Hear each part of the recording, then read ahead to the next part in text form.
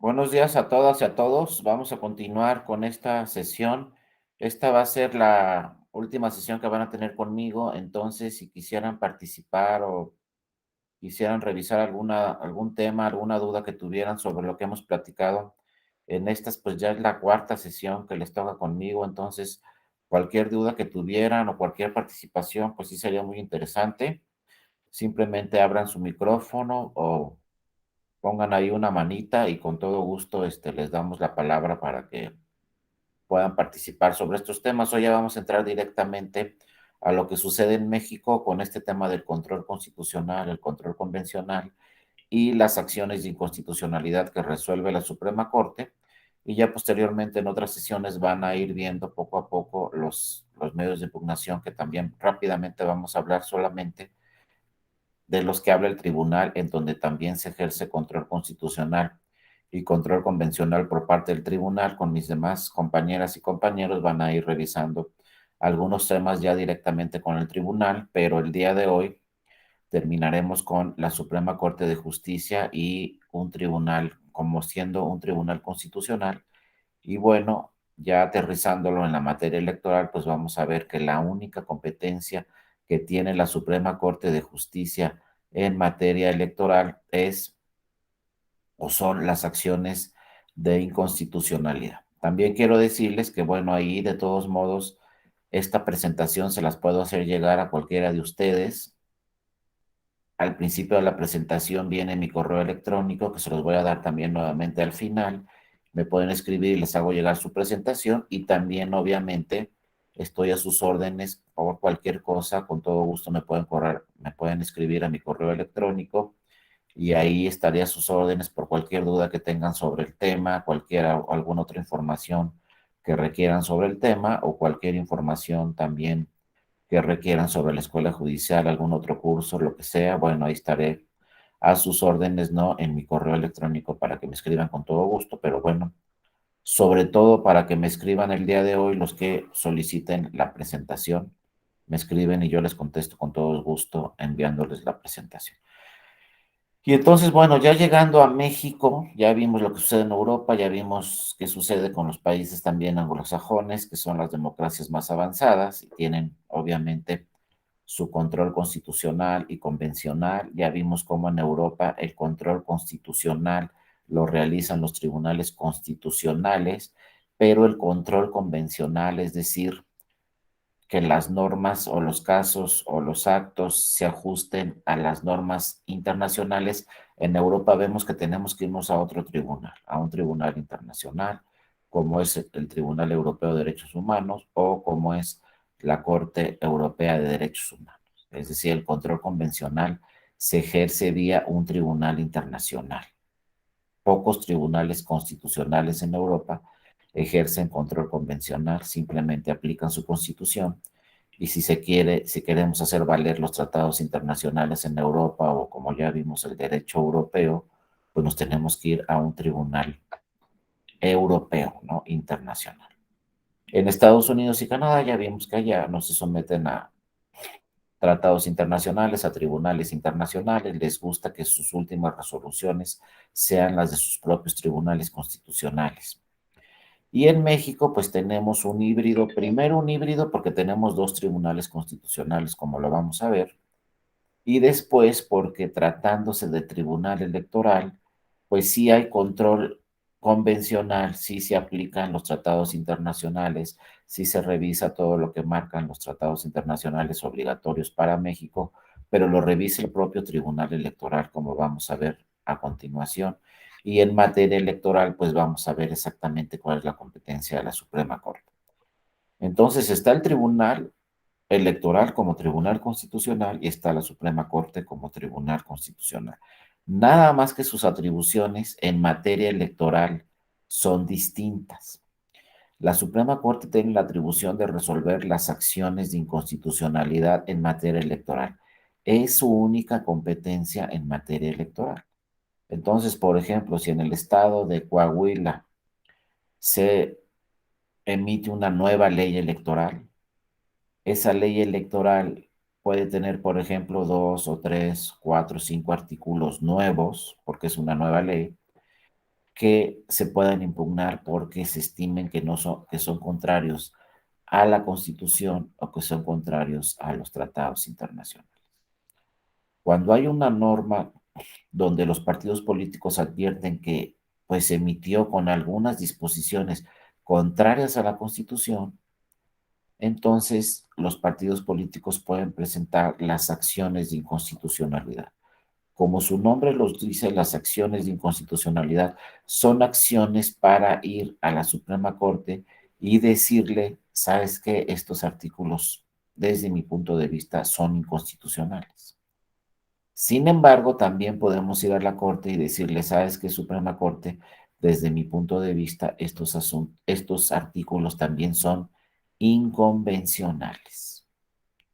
Y entonces la Suprema Corte tiene atribuciones para revisar esas normas y para declarar la validez de esas normas, o en su caso, la invalidez de esas normas. La Suprema Corte tiene efectos generales, es decir, puede revisar una o varias normas y decir que esas normas son inconstitucionales. Cuando la Suprema Corte señala que esas normas son inconstitucionales, eso quiere decir que va a declarar su invalidez, ya no van a tener validez para el próximo, por ejemplo, si es la ley electoral de Coahuila, esas normas ya no van a tener validez para el próximo proceso electoral. Aunque estén ahí en la ley, si la Suprema Corte declaró su invalidez, ya no van a tener validez. Y han llegado casos muy importantes, por ejemplo, en Colima y en Oaxaca se impugnó toda la reforma electoral porque se dijo que no se habían cumplido con los pasos para tener una reforma electoral conforme a la ley. Esto pasó en 2009 en Colima y en 2012 en Oaxaca.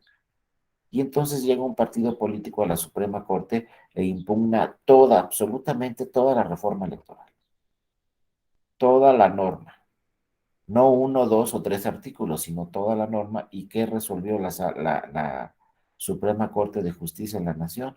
Que efectivamente tenía razón el partido político y declaró la invalidez de toda la reforma electoral, primero en Colima y después en Oaxaca. Entonces, como declaró la invalidez de toda la reforma electoral, en esos estados tuvieron elección de gobernador o gobernadora con la legislación anterior. Entonces, hasta allá llegan los alcances de la Suprema Corte.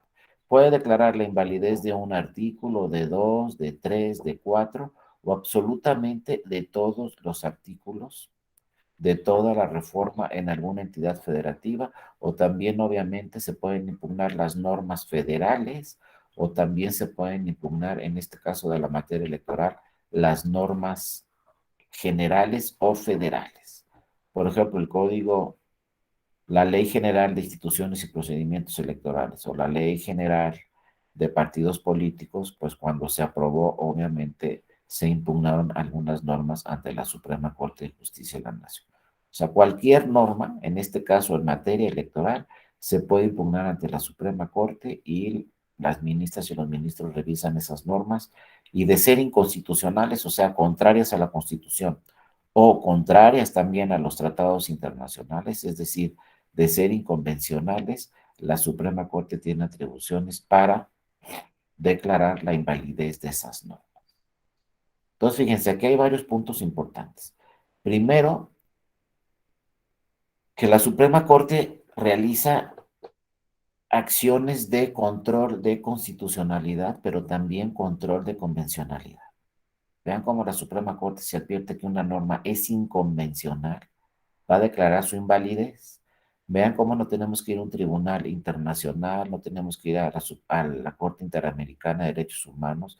Si la norma es contraria a tratados internacionales, la Suprema Corte tiene atribuciones para declarar la invalidez de esa norma, ¿no? Entonces, mucho más efectiva la justicia frente a los europeos en México, porque el mismo Tribunal Constitucional va a ejercer control convencional y control constitucional. ¿Por qué lo ejerce eso en materia electoral? Porque ya no da tiempo de acudir a un tribunal internacional.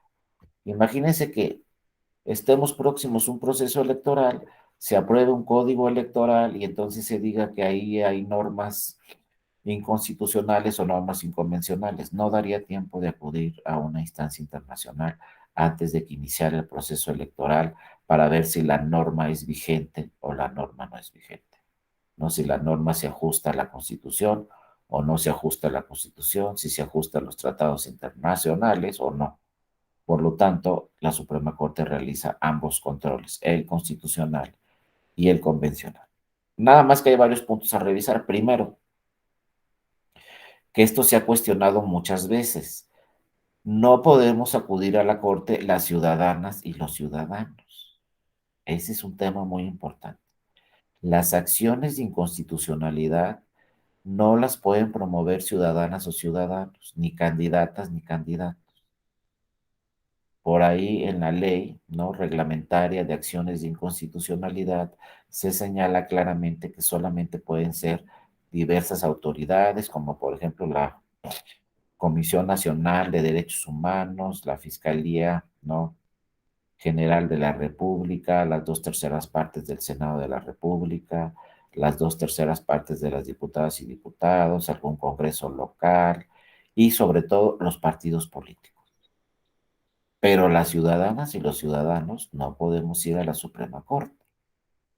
Entonces se dice que no es un medio de impugnación, pues tan democrático que digamos, porque nosotros no podemos ir a decirle a la Corte, oye, aquí hay una norma inconstitucional, oye, aquí hay una norma inconvencional, me está afectando a mí como ciudadana o como ciudadano, o me está afectando a mí como candidata o como candidato que ya estoy en un proceso electoral, no puedo acudir.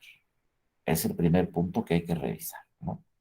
Ahora hay quienes dicen, no, pues es que si la abrimos para toda la ciudadanía, pues imagínense que antes de que empiece un proceso electoral lleguen 3,000 acciones de inconstitucionalidad, por ejemplo.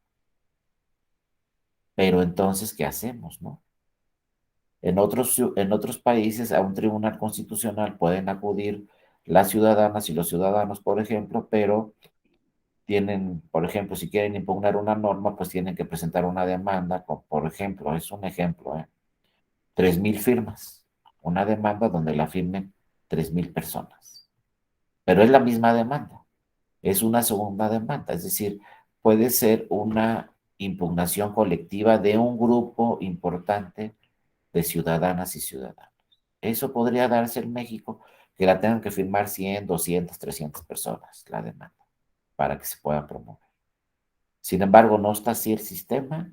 Actualmente el sistema nos dice las ciudadanas y los ciudadanos no podemos ir. También el sistema nos dice las candidatas o los candidatos no podemos ir a la corte. Entonces, primer problema. Luego, ahorita vamos a ver qué hacemos si nosotros advertimos que hay una norma inconstitucional y nos está afectando como ciudadanos, ciudadanas, o como candidatas o candidatos. Vamos a ver qué hacemos. Pero de entrada, a la corte no podemos ir vía acción de inconstitucionalidad. Segundo punto, tenemos solamente 30 días naturales para impugnar la norma como partido político. Se aprueba una norma, se publica una norma, ya sea local o federal, en este caso en materia electoral. Una vez que está aprobada la norma y está publicada en el diario oficial o en el periódico oficial de la entidad federativa respectiva, solamente se tienen 30 días naturales, fíjense, no hábiles, 30 días naturales para que acuda el partido político a la Suprema Corte o alguna otra autoridad. Y luego uno se pregunta, pero ¿cómo va a ir un partido político si ese partido político a lo mejor aprobó esa norma? Y ahora resulta que ese partido que aprobó esa norma va a impugnarla por inconstitucional a la Suprema Corte. Pues sí se puede, ¿no? Independientemente si el partido político aprobó la norma o no aprobó la norma el partido político, este puede acudir a la Suprema Corte, pero solamente si tienen 30 días naturales una vez que se aprobó la norma. Acuérdense que todas las normas se tienen que aprobar antes, 90 días antes de que inicie el proceso electoral. Ese es el plazo. 90 días antes de que inicie el proceso electoral. Entonces, imagínense que impugnamos la norma el día 30. Pues ya nomás nos quedan 60 días a que empiece el proceso electoral. ¿Eso qué quiere decir? que también a la Suprema Corte solamente tiene 60 días para revisar si la norma es constitucional o no es constitucional, si se declara la invalidez de esa norma o no. Pero ojo, a la Suprema Corte no le llega una impugnación de una norma de una entidad federativa. Le llegan 10, 20, 30, 40, 50 impugnaciones de diversas entidades federativas o de normas federales, generales, etcétera. Y no solamente le llegan impugnaciones de normas electorales, sino de todas las materias: civil, penal, fiscal, laboral, la que quiera. Entonces la Suprema Corte también tiene esta importante función de resolver las acciones de inconstitucionalidad en materia electoral antes de que inicie el proceso electoral. Si lo resuelve antes, la invalidez de esa norma va a aplicar para ese proceso electoral. Pero muchas veces, de tanto trabajo que tiene el Pleno de la Suprema Corte, no alcanza a revisar esos temas antes de que inicie el proceso electoral. Si ya inició el proceso electoral, cuando resuelva la Corte, sus efectos van a ser para el siguiente proceso electoral. Depende de también de qué norma está declarando su invalidez. Pero ojo, la Corte también tiene este problema de que tiene que resolver todas las acciones de inconstitucionalidad en materia electoral antes de que inicie el proceso electoral. Pero no es como el Tribunal Electoral, que solamente resuelve materia electoral. La Corte, ustedes saben, el Pleno de la Corte tiene que resolver una serie de asuntos de diferentes materias. Entonces se empieza a volver complejo este tema de las acciones de inconstitucionalidad en materia electoral para la Suprema Corte, porque tiene plazos muchas veces muy breves antes de que inicie el proceso electoral respectivo de la entidad federativa respectiva para resolver lo conducente sobre las acciones de inconstitucionalidad. Es decir, para declarar la invalidez de una norma o para no declarar la invalidez de una o varias normas de algún proceso electoral. Por ejemplo, ahorita que ya tenemos elecciones en 3 entidades federativas, pues ahorita ya empezó el proceso electoral en las 6 entidades federativas que va a haber elecciones este año, y entonces pues ya las normas deben de quedar vigentes para estas fechas, ¿no? Porque para darle certeza a los procesos electorales, pues ya no se puede acudir en estos tiempos a la Corte, por ejemplo. Por eso la legislación es muy clara y se dice, tenemos 30 días naturales. Pero a ver qué sucede si se me vencen los 30 días naturales. Soy partido político. Ya advertí que en mi norma, por ejemplo, soy partido político y digo, pues va a haber proceso electoral en Tamaulipas. ¿Qué es lo primero que tenemos que revisar? Bueno, registro de candidaturas. Bueno, entonces yo como partido político empiezo a revisar el registro de candidaturas, cuándo hay que registrar, cuáles son los requisitos, y por ahí me encuentro, por ejemplo, un requisito que estimo que es inconstitucional. ¿Cuál puede ser, por ejemplo? Pues 20 años de residencia, si quiero ser candidato a la gobernatura o candidata a la gobernatura. 20 años de residencia me están pidiendo. Pues se me hace exagerado, ¿no? Como partido político puedo pensar, oye, pues para registrar a mi candidata o a mi candidato me están pidiendo 20 años de residencia, pues creo que es demasiado, ¿no?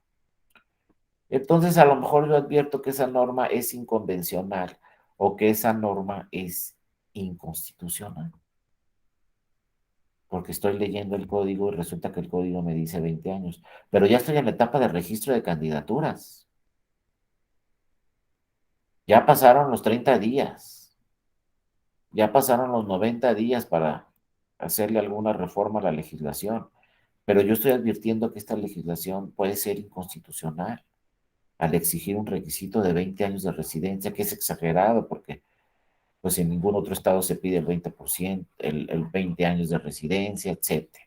Para senadores o para diputaciones no se pide 20 años de residencia, es decir, se me hace exagerada, puede ser inconstitucional, puede ser, pero ya pasaron los 30 días, no lo impugné como partido, ya estamos aquí en pleno proceso electoral.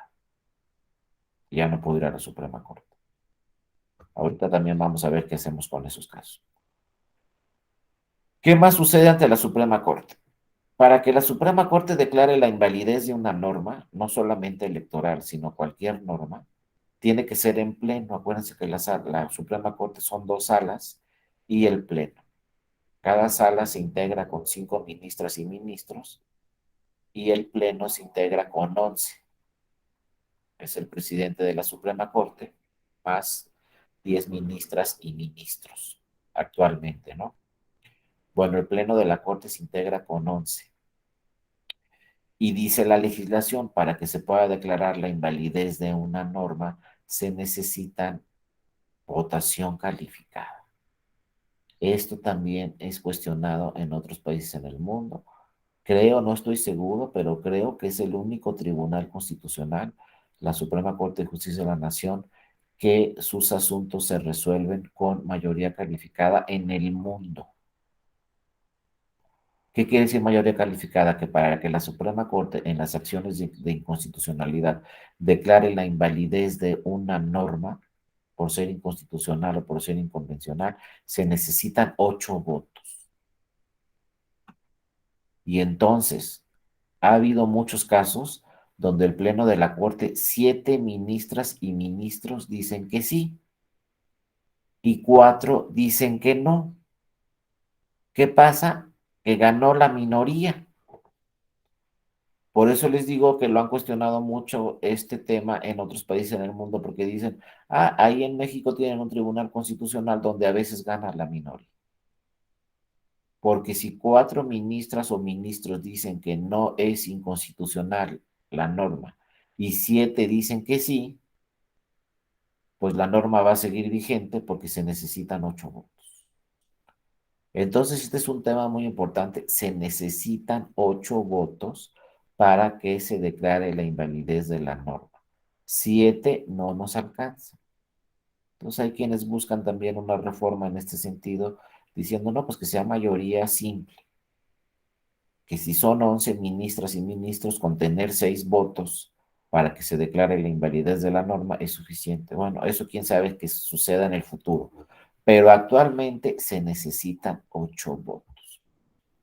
Y parece que la idea de las legisladoras y los legisladores es que sigan siendo 8 votos, porque el año pasado, todas y todos ustedes lo saben muy bien, tuvimos una reforma a la ley orgánica del Poder Judicial de la Federación, tuvimos una reforma en general al Poder Judicial de la Federación, y en esa reforma se estableció que ahora, pues, un precedente será también jurisprudencia. O sea, ¿en qué ganamos con esta reforma? Antes, para que tuviéramos jurisprudencia, necesitábamos 5 sentencias en un mismo sentido. Entonces, ¿cuánto se tardaban los tribunales, incluyendo la Suprema Corte, en tener 5 sentencias en el mismo sentido? Podía ser 1 año, 2 años, 3 años, 4 años, 5 años. Entonces, no era efectiva la aplicación de ese criterio hasta tener las 5 sentencias. Entonces, no era tan eficiente la justicia en México porque teníamos que esperar a que tuviéramos 5 sentencias. En materia electoral, la Sala Superior necesita 3 sentencias en un mismo sentido para crear jurisprudencia, pero en el Poder Judicial Ordinario se necesitan 5 sentencias. Bueno, con la reforma del 2021 se dijo, con un solo precedente se va a sentar jurisprudencia y va a ser obligatorio su precedente para todos los tribunales del Poder Judicial de la Federación.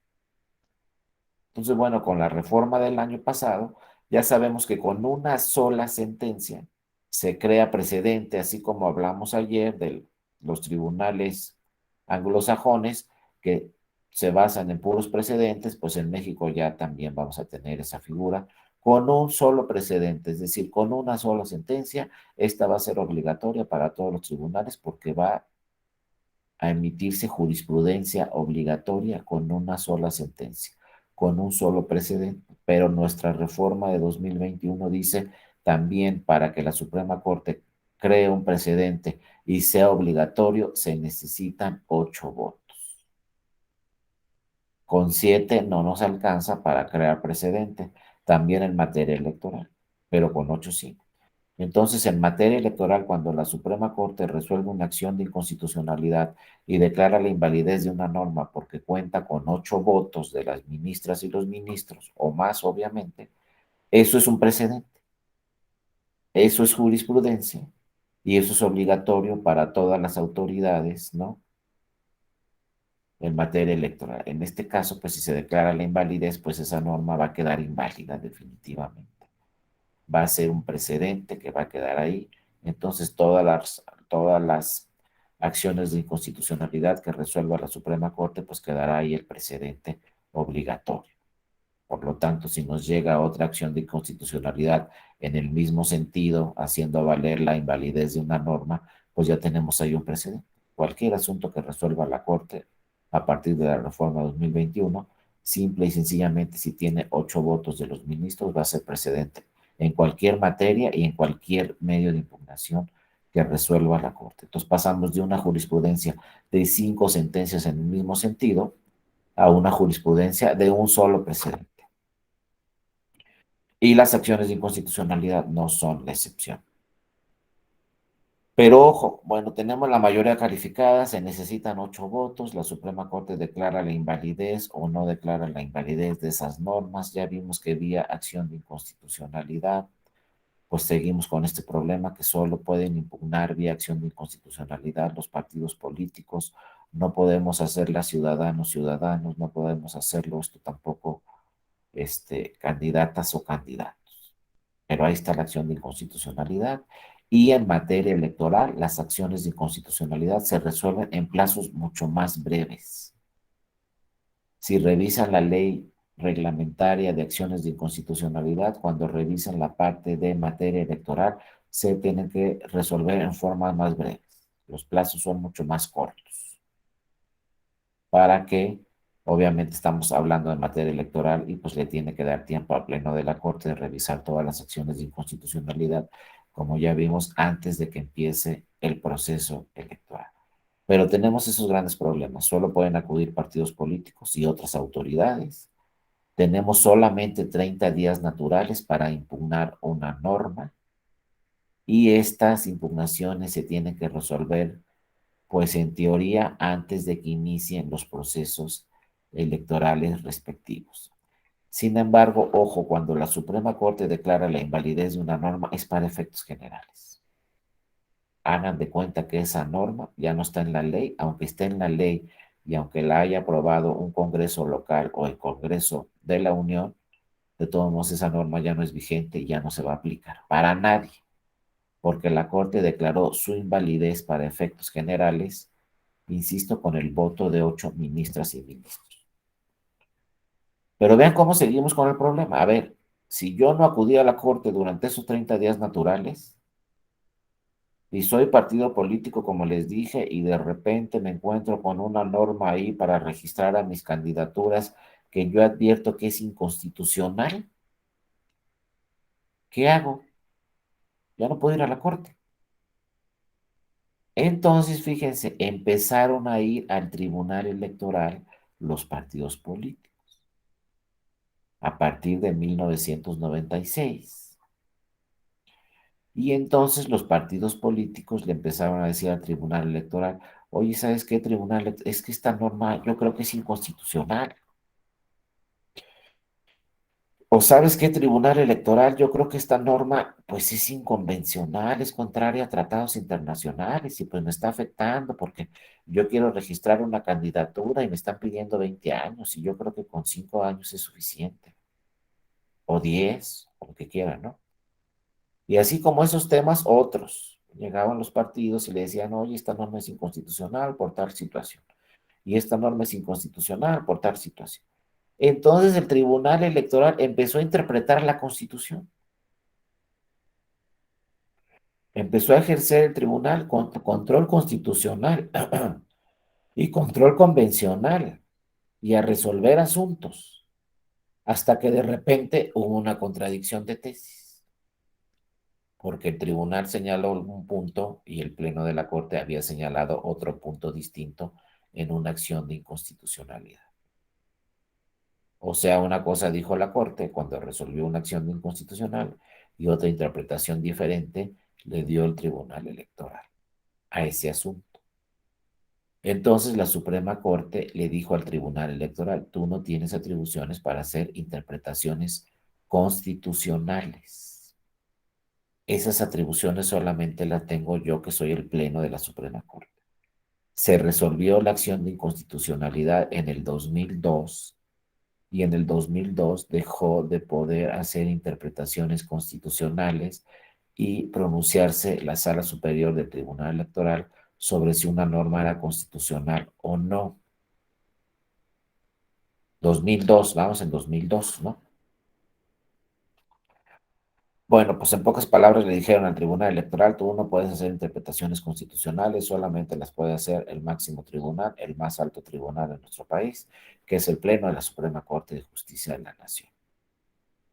Y entonces, después del 2002, llegaban los partidos políticos, insistían los partidos políticos con el tribunal, y el tribunal les contestaba, mira, aquí se resolvió esta contradicción de tesis, donde el Pleno de la Suprema Corte me dice que yo no tengo atribuciones para hacer estas interpretaciones, que yo no te puedo declarar la invalidez de esa norma, que yo no te puedo inaplicar esa norma porque tú estimas que es inconstitucional o inconvencional. Yo no tengo esas atribuciones. Pero ¿qué creen? Pues los partidos políticos pues no estaban conformes con ese diseño, porque decían, ya no me dio tiempo de ir a la corte, ya estamos en el proceso electoral. Yo como partido político ya advertí que hay una norma inconstitucional, o yo como partido político ya advertí que hay una norma inconvencional, ya lo advertí, pero no puedo ir al tribunal, porque el tribunal ahora resulta que no tiene atribuciones porque el Pleno de la Corte le dijo que el único tribunal constitucional que puede interpretar la Constitución y que puede declarar la invalidez de una norma es el Pleno de la Corte, ¿no? Todos los partidos decían, bueno, es que aquí pues hay una serie de normas inconstitucionales y no podemos hacer nada y las tenemos que cumplir.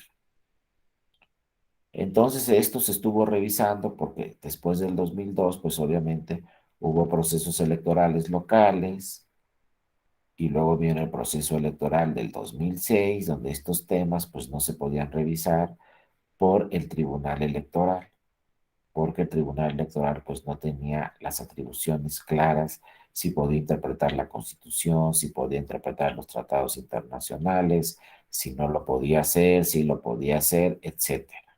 ¿No? Estaba esa discusión muy fuerte en la academia, muy fuerte por parte de los partidos políticos, muy fuerte por parte de los tribunales electorales y de la Suprema Corte.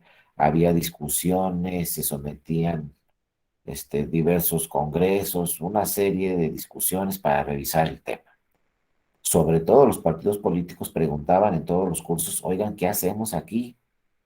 Porque yo tengo una norma inconstitucional en mi ley, pero pues ya no fui a la corte y ahora tengo este problema. También en diversos cursos que emitía el tribunal nos decían las candidatas y los candidatos, oye, pues es que esta norma me está afectando. Yo no puedo ir a la corte a decirle que es inconstitucional, pero me está afectando, porque yo advierto claramente que es una norma inconstitucional, o yo advierto claramente que es una norma inconvencional. Ojo, todavía no estaba la reforma que ahorita vamos a ver muy importante de derechos humanos que seguramente ya conocen del 2011. Estamos de 2002, donde la Corte nos dijo, tu tribunal no tienes esas atribuciones. Bueno, pasó 2002, nos vamos de 2002 al 2007. Reforma constitucional y legal en materia electoral del 2007-2008. En 2007 se dio la constitucional y en 2008 se dio la reforma electoral ya legal. ¿Qué pasó con esta reforma del 2007-2008? Pues que dijeron, obviamente, acuérdense que los partidos políticos, pues también los partidos políticos están representados, ¿no? Tienen ahí sus grupos parlamentarios en el Senado de la República, en la Cámara de Diputadas y Diputados y en los congresos estatales. Entonces, al ver esta situación, los partidos políticos, pues en la reforma constitucional del 2007 dijeron, no, pues vamos a cambiar el diseño Y entonces vamos a darle atribuciones al Tribunal Electoral. Reforman el artículo 99 de la Constitución en el 2007 y se le dan atribuciones al Tribunal Electoral ya directamente de un tribunal constitucional, ya señalado directamente en la Constitución. Y se dice que el Tribunal Electoral puede inaplicar normas cuando se estimen inconstitucionales. Entonces, a partir de 2007, lo que ejerce el Tribunal Electoral es un control constitucional y también un control convencional, pero al caso concreto. Acuérdense, el control constitucional que ejerce la Suprema Corte en las acciones de inconstitucionalidad es abstracto. Eso quiere decir, declara la invalidez de la norma para todos. Con la reforma de 2007 se le dijo al tribunal, tú también puedes declarar, pero la inaplicación de una norma. Y lo puedes hacer, pero solo al caso concreto. ¿Qué quiere decir eso? Que no es como la Corte. Tu tribunal puedes declarar la inconstitucionalidad de una norma, pero solamente al caso concreto, solamente al que vaya al tribunal. Ojo, la norma va a seguir vigente para todos los demás. Solamente se va a declarar su inconstitucionalidad o su inconvencionalidad al que vaya al tribunal, al caso concreto. Y no vas a declarar la invalidez de la norma tribunal, dice la Constitución. Lo que vas a hacer es declarar la inaplicación de la norma, que no es igual. La norma sigue válida, la norma sigue vigente, pero vas a declarar la inaplicación a la persona que vaya al tribunal y le diga que esa norma es inconstitucional. Si tiene razón, no se la vamos a aplicar. Ojo, insisto, solo al caso concreto. Pero fíjense lo que pasó también muy importante en el 2007. Para las acciones de inconstitucionalidad ante la Corte hay una ley reglamentaria de acciones de inconstitucionalidad. Y entonces esa ley reglamentaria de acciones de inconstitucionalidad nos dice qué plazos tenemos para presentar la acción de inconstitucionalidad, qué requisitos necesita esa acción de inconstitucionalidad, en cuánto tiempo se va a resolver y quién la va a resolver. Entonces, cuando se reforma la Constitución en 2007 y se le dice al Tribunal Electoral, tú puedes inaplicar una norma cuando se estime inconstitucional o inconvencional, pues, ¿qué pensamos en el Tribunal Electoral? Pues va a emitirse una ley reglamentaria para ver mediante qué medio de impugnación se va a promover la inaplicación de una norma cuando se estime inconstitucional. Pues, ¿qué creen? Estamos en el 2022 y no tenemos ley reglamentaria. Entonces, si yo les pregunto, ¿por qué vía tienen que acudir al tribunal para solicitarle la inaplicación de una norma? Pues me van a contestar, pues no hay ley reglamentaria. La Constitución solamente dice el Tribunal Electoral puede inaplicar una norma cuando se estime inconstitucional, pero no dice qué medio de impugnación. Como para la Corte están las acciones de inconstitucionalidad muy claras, para el Tribunal Electoral no hay un medio de impugnación. O sea, no tenemos ley reglamentaria para que el tribunal inaplique normas por inconstitucionales. Pero ojo, ¿qué pasó? Viene la reforma 2007, vienen los procesos electorales, sobre todo el federal del 2009, y llegan al tribunal y le dicen, oye, declárame esta norma por inconstitucional, inaplícame esta norma, perdón, por inconstitucional. Y entonces el tribunal electoral dice, pero es que no hay ley, no hay una ley que hable de qué medio de impugnación es. Entonces, fíjense lo que hace el tribunal, una interpretación directamente de la Constitución. Dice el tribunal, no porque no tengo una ley reglamentaria, ya no voy a inaplicar normas cuando sean inconstitucionales, porque es un mandato constitucional. Y lo que dice la Constitución no puede someterse a tener ley o no. Es decir, no puedo dejar de aplicar la Constitución bajo el pretexto de que no hay una ley reglamentaria. La Constitución se aplica porque se aplica, con ley reglamentaria o sin ley reglamentaria. ¿Qué dice el 17 también de la Constitución? Tutela judicial efectiva. Todos los tribunales tienen que cumplir con este principio de tutela judicial efectiva. acceso a la justicia, pronta y expedita. Entonces dice el tribunal, también esto de tutela judicial efectiva lo señalan diversos tratados internacionales. Entonces dice el tribunal, yo tengo que ejercer tutela judicial efectiva, entonces le voy a dar entrada a quién para que me diga que la norma es inconstitucional. ¿Solamente a los partidos como en la Corte?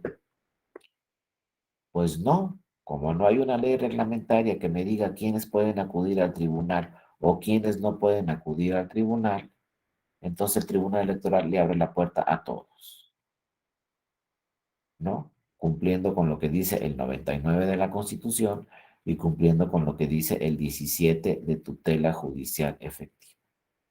Entonces, a partir de la reforma 2007, cualquier persona puede acudir al tribunal electoral y solicitarle que le inaplique una norma por inconstitucional o por inconvencional. Simplemente debe demostrarle al tribunal que le está afectando esa norma.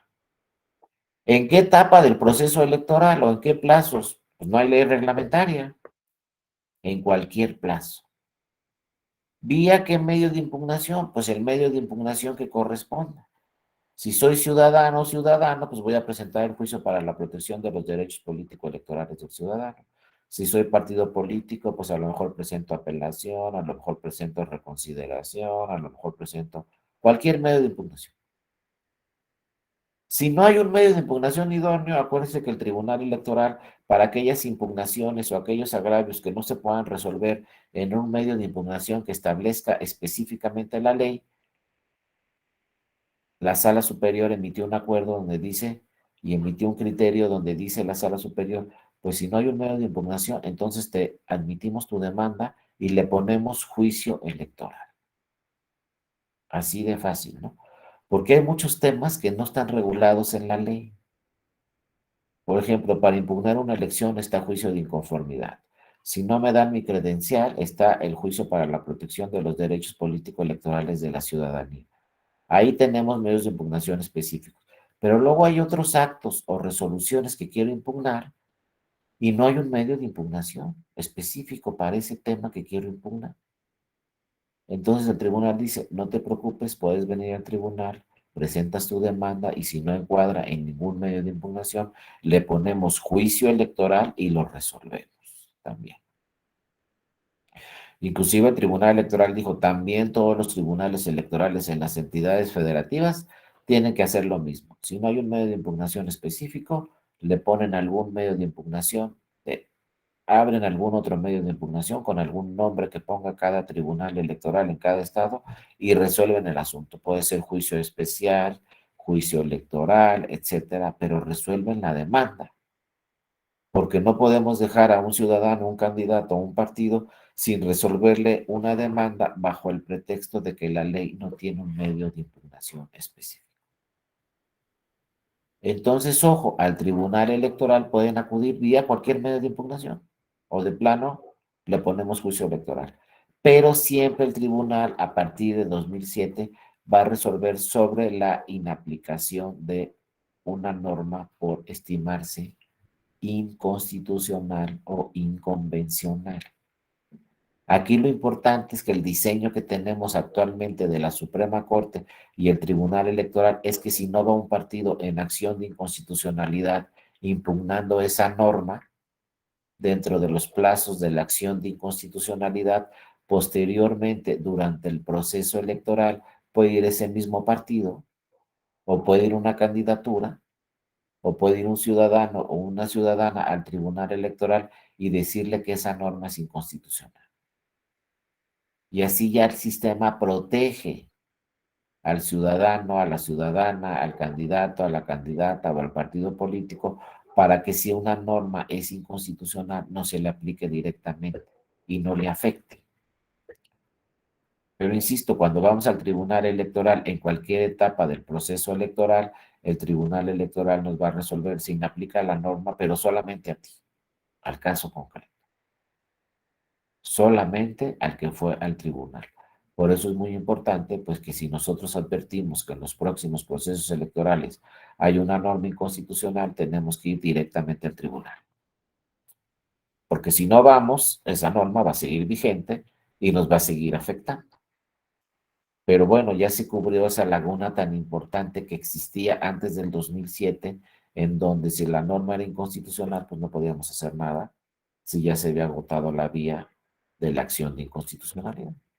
Y bueno, luego viene el 2000, luego viene bueno, primero vamos a este punto, luego viene la reforma de 2011. Esta reforma ya tiene 10 años, más de 10 años, pero es importantísimo. Este artículo primero de la Constitución en otros países del mundo, pues de plano se lo copiaron, así, porque dijeron, es un muy buen diseño el que tienen en México. Realmente fue una reforma constitucional que se logró en el 2011 muy importante, ¿no? Y la tenemos que tener siempre en cuenta en cualquier materia, pero también en la materia electoral. Esta nunca se les pasa. Nunca podemos presentar, así se los digo de plano, ¿eh? Nunca podemos presentar una demanda si no atendemos muy bien el primero de la Constitución. Y nunca vamos a poder resolver bien un asunto como juzgadores o juzgadoras si no atendemos directamente este primero de la Constitución. En pocas palabras, para presentar una demanda o para resolver un asunto en una sentencia, tenemos que conocer perfectamente este primero de la Constitución. ¿Qué nos dice? Fíjense lo importante que tiene. Y no se nos va a olvidar porque es el primero. Si nos dicen, ¿dónde está eso? En el uno, en el primero de la Constitución. Nada más abriendo la Constitución no lo vamos a encontrar. Y hay cosas muy importantes que tenemos que tocar. Primero, fíjense, se habla de derechos humanos. Y uno dice, pues, ¿qué? ¿Cuál es lo importante? Que antes del 2011 la Constitución no hablaba de derechos humanos. Revisen la Constitución del 2010, no tiene la palabra derechos humanos. Entonces éramos inhumanos o qué no, sí había protección de derechos humanos, pero tenían otro nombre, garantías individuales, garantías sociales, etcétera. Viene la reforma 2011 y pues obviamente el constituyente, el poder reformador decide, pues vamos a que quede claro, aquí lo que se van a proteger son los derechos humanos. Y entonces queda el primero de la Constitución y dice así claramente, en los Estados Unidos mexicanos todas las personas gozarán de los derechos humanos. Pero aquí viene además algo muy importante. Reconocidos en donde, en esta Constitución y en los tratados internacionales de los que el Estado mexicano sea parte. En ese momento nos está diciendo este artículo, todos los tribunales, y vamos a ver que no solo todos los tribunales, pero de entrada sí lo podemos revisar, todos los tribunales tienen que atender a la Constitución, pero también a los tratados internacionales. No solo a la Constitución, también a los tratados internacionales. Entonces, ¿qué nos están diciendo aquí? Todos los tribunales deben ejercer control constitucional y todos los tribunales deben ejercer control convencional. ¿Por qué? Porque lo dice la Constitución. Entonces luego van a encontrar por ahí muchos debates, ¿no? De qué tenemos que hacer, nada más aplicar lo que dice la Constitución o también aplicar lo que dicen los tratados internacionales. Tenemos que aplicar también lo que dicen los tratados internacionales, simple y sencillamente porque así lo dice la Constitución. Luego van a encontrar ahí también diversos debates entre académicos que digan, bueno, hay que ejercer control constitucional y hay que ejercer control convencional. Y hay otros que dicen, es lo mismo, si ejercemos control constitucional, automáticamente estamos ejerciendo control convencional porque la Constitución, la propia Constitución nos dice, debes de aplicar tratados internacionales. Pues sí puede ser válida esa interpretación, porque si yo aplico la Constitución, fíjense, automáticamente estoy aplicando los tratados internacionales, porque la propia Constitución me dice tienes que aplicar tratados internacionales. Entonces no tengo que revisar otra legislación, no tengo que revisar otro tema, no tengo que revisar qué me dicen los tratados internacionales, porque simple y sencillamente está muy fácil. La propia Constitución me dice aplica tratados internacionales, revisa tratados internacionales, son obligatorios, ejerce control convencional, porque así lo dice la Constitución. Entonces yo puedo decir simple y sencillamente, este tribunal ejerce control constitucional. Y al decir este tribunal ejerce control constitucional, quiere decir que en automático también ejerce control convencional. Porque si el tribunal protege lo que dice la Constitución, pues automáticamente está protegiendo también lo que dicen los tratados, porque la Constitución nos ordena a cumplir con lo que dicen los tratados en este primero de la Constitución.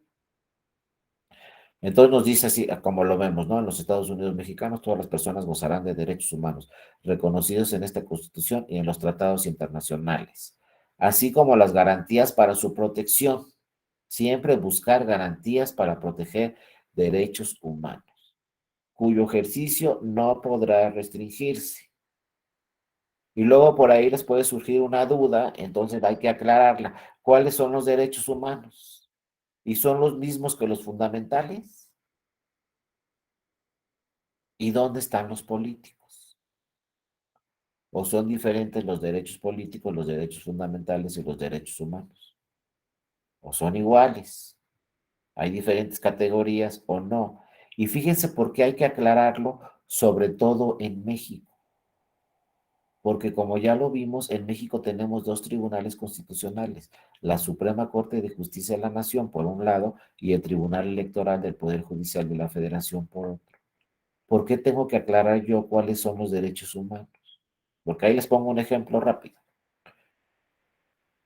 A mí como ciudadano me están vulnerando mi derecho humano de la libertad de expresión. ¿A dónde voy? ¿Al Poder Judicial ordinario o al Tribunal Electoral? ¿Ese derecho humano es un derecho civil o es un derecho político? Porque si es un derecho político, tengo que ir al tribunal electoral, pero si es un derecho civil o una garantía individual o como le quieran llamar, me tengo que ir al Poder Judicial ordinario, quizá al juzgado de distrito. Por eso tengo que distinguir estos derechos humanos, porque en México hay protección distinta. Cuando es un derecho político, me tengo que ir al tribunal electoral. Por ejemplo, al Tribunal Constitucional Español, pues si se me vulnera un derecho humano, pues me voy al Tribunal Constitucional Español y punto, nomás hay uno. En México hay dos. Entonces, cuando sea político, me tengo que ir al tribunal electoral, ese derecho. Entonces, bueno, pues fíjense. Primero tenemos los derechos humanos. ¿Cuáles son estos? Son los que son universales, inherentes al hombre. O sea, los derechos humanos los tenemos todas las personas en el mundo. Son universales, inherentes al hombre, simplemente por aparecer en este mundo yo tengo incorporados derechos humanos. Si vivo en Japón, tengo derechos humanos, si vivo en China, tengo derechos humanos, si vivo en Brasil, tengo derechos humanos, y si vivo en México, tengo derechos humanos. Esa es la primera categoría. Los derechos humanos son universales, vienen incorporados a la persona, son inherentes a la persona. La segunda categoría, los fundamentales. ¿Cuáles son los derechos fundamentales? Ojo, los derechos fundamentales son los que reconoce nuestro sistema jurídico, es decir, el mexicano. Ya no son todos los derechos humanos. Los derechos fundamentales van a ser solamente los que están reconocidos en nuestro sistema jurídico mexicano. ¿Y dónde están esos reconocidos? En la Constitución. Todos los derechos humanos que estén en la Constitución son derechos fundamentales, pero también en los tratados internacionales, como dice la Constitución. Entonces, todos los derechos humanos que estén en los tratados internacionales, obviamente que suscribió el Ejecutivo y ratificó el Senado, es decir, en los tratados internacionales obligatorios para México, pues todos los derechos humanos que están en los tratados internacionales obligatorios para México también son derechos fundamentales. Ya no son todos los humanos. A lo mejor por ahí hay un derecho humano, por ejemplo, derecho ambiental entre China y Japón y sus mares, etcétera, ¿no? Pues ese es un derecho humano que tienen los chinos y los japoneses, no los mexicanos. Ese ya no es un derecho fundamental en México. El derecho fundamental en México se dan todos los reconocidos, insisto, en la Constitución y en los tratados internacionales. Pero luego los derechos fundamentales, ya reconocidos por nuestra Constitución y los tratados internacionales, se dividen también en distintos. Tenemos derechos fundamentales como son derechos civiles, garantías individuales, garantías sociales, y también por ahí tenemos derechos políticos. Una categoría de derechos fundamentales son los derechos políticos. ¿Dónde están? Pues revisen el 35 de la Constitución y ahí están. Votar, ser votado y asociarse. Pero viene otra pregunta. ¿Los derechos políticos solamente son votar, ser votado y asociarse? Como lo dice el 35 de la Constitución. Pues como dicen por ahí algunos compañeros, efectivamente no. En una jurisprudencia del Tribunal Electoral dice, también hay otros derechos políticos. ¿Cuáles? Por ejemplo, pues la libertad de expresión. Y dice la Sala Superior del Tribunal Electoral en un criterio. Cuando la libertad de expresión tenga relación con la materia político-electoral, se entenderá como un derecho político.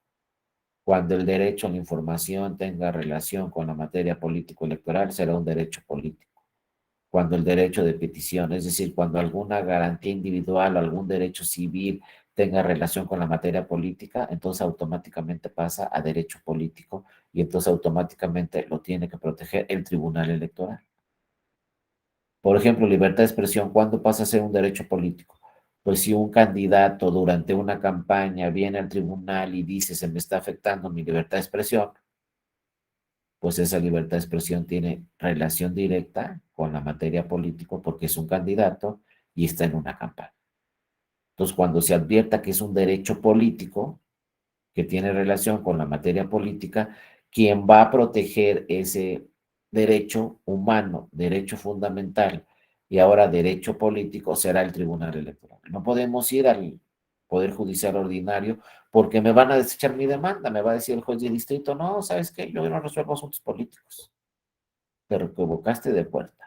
Si es un asunto político, te tienes que ir al Tribunal Electoral. No va a haber otra autoridad que resuelva asuntos políticos más que los tribunales electorales. Y como lo vimos ayer, las sentencias del Tribunal Electoral no las puede revisar ni siquiera la Suprema Corte de Justicia de la Nación.